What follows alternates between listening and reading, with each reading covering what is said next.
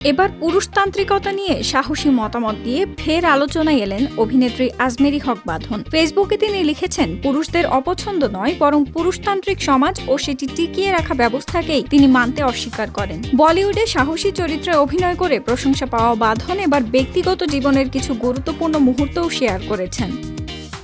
পোস্টে তার জীবনের প্রভাবশালী পুরুষদের কথা উল্লেখ করে তারা তার ব্যক্তিগত ও শিল্পী জীবনে কতটা গুরুত্বপূর্ণ তা তুলে ধরেছেন।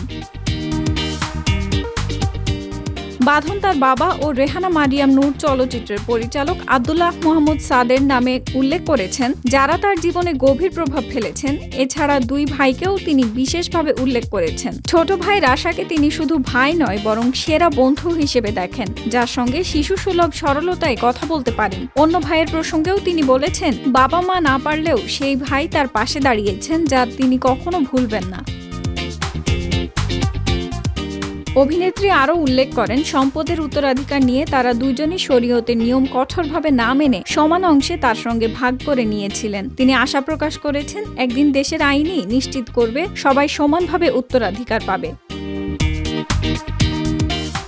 তবে বাঁধনের জীবনে সব অভিজ্ঞতা ইতিবাচক ছিল না। এমন পুরুষও ছিলেন যারা অসম্মানজনক, হিংস্র ও অমানবিক। অভিনেত্রীর ভাষায়, তাদের নিষ্ঠুরতা তাকে আরও শক্তিশালী করেছে, অন্যায়ের বিরুদ্ধে আগ্নেয়গিরির মতো। তবে পোস্টের শেষে বাঁধন পরিষ্কার করে বলেছেন, পুরুষদের তিনি অপছন্দ নয় বরং পুরুষতন্ত্র অপছন্দ করেন, আর তিনি সব পুরুষদেরই ভালোবাসেন।